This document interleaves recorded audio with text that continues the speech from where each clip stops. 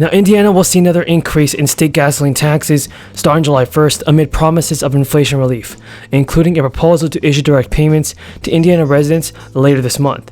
The state's residents will pay 60 cents per gallon in taxes on gasoline.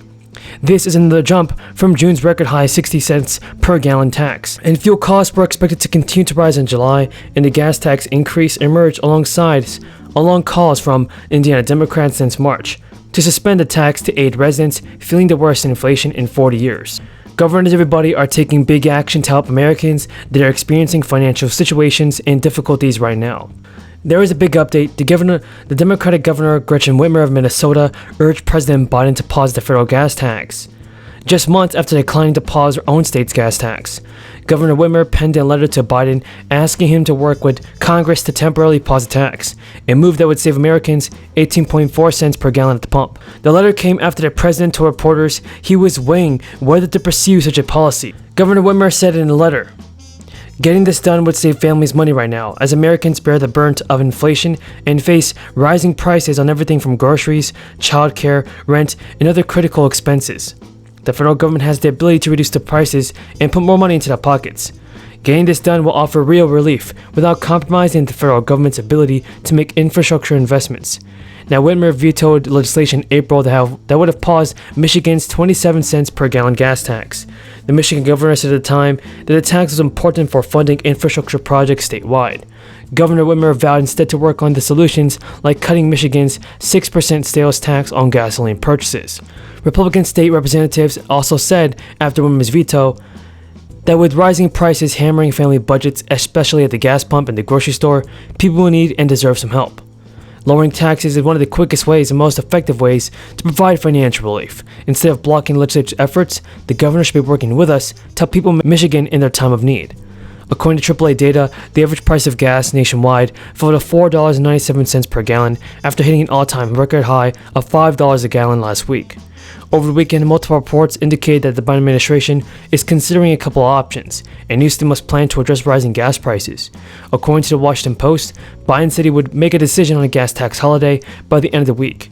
This would reportedly save Americans. Rebate cards were also considered months ago, and according to another report from the Washington Post, the cards are now being reconsidered as well.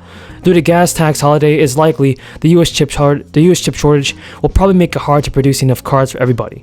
The IRS says it is climbing out from the unprecedented stack of tax returns that piled up after the agency had to scale back its operations and close facilities in 2020, following the onset of the crisis. The agency announced that by the end of the week, it would have cleared all original individual tax returns that were filed in 2021 and that did not contain any major mistakes. In getting through the 2021 backlog of around 8 million returns, the agency said it hit a new milestone in getting back to business as usual. And there's still a lot of catch-up work to be done. 3.6%. 3.6. You also said, quote, when unemployment went way up, you didn't see inflation go way down. So you don't see inflation reacting to unemployment the way it does because inflation seems very anchored. Again, that was at that time.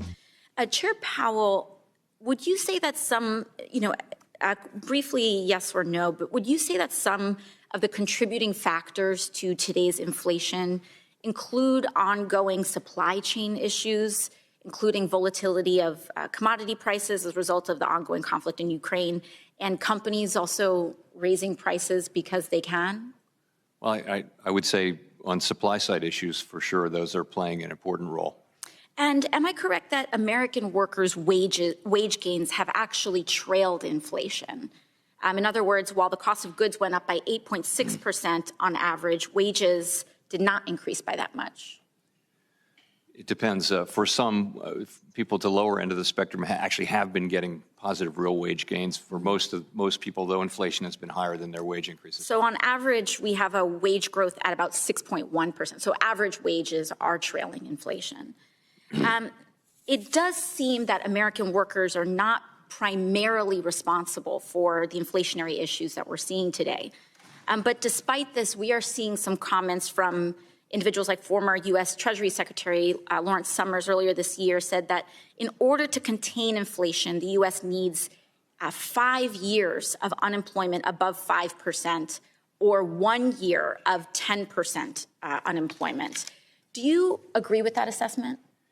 So I understand how that number can be arrived at or derived, but I think there's so much uncertainty, and in particular, the answer is going to depend to a significant extent on what happens on the supply side. If we do get these supply side problems worked out, which I think is certainly going to happen in time, then you wouldn't see anything like that. But it's a highly uncertain time, and our intention, of course, is to bring down inflation while keeping the labor market strong. I think it's important to drive home what a 10% sustained unemployment would look like in this country. For context, we didn't even reach 10% during the Great Recession. We did experience 10% unemployment in 1982 following the Volcker shock. But in this market, to get to 10% unemployment, that would require about 10.5 million additional people out of work. And historically, we know that black unemployment is usually double that of white unemployment. And by the way, there are a lot of jobs coming to people that you're going to need to train up people, thanks to the bipartisan infrastructure bill. Everybody knew, and you heard from my secretary a little bit earlier, America was falling behind in infrastructure. We used to be #1 in the world. We're now #8. But now, not only has Infrastructure Week finally arrived, we're talking about infrastructure decade, not week. Folks, we've already authorized 4,000 projects all across the country, including 1,500 bridges in disrepair, and they're starting this year, not later, this year. And the law is going to create millions of jobs, rebuilding Americans' roads, bridges, highways, ports, and airports, getting rid of poisonous lead pipes and 10 million homes and 400,000 schools so kids and families can have clean drinking water. Folks, we're investing $65 billion to deliver high-speed internet everywhere in America. Urban, rural, suburban, tribal communities. We can't be a country where a mother has to take her kid to the McDonald's parking lot to do their homework over the internet. This is the United States of America, for God's sake. And folks, the law is going to put an end to that, obviously, and it's only the beginning. Hundreds of billions of new investments are on the way. Today, Secretary Buttigieg announced $409 million in new grants, 70 new projects, 39 states, just the beginning. Electric buses to make bus service safer, more reliable, environmentally sound. Helping folks in big cities, small towns get to work and get to school. Projects like a new $15 million bus maintenance facility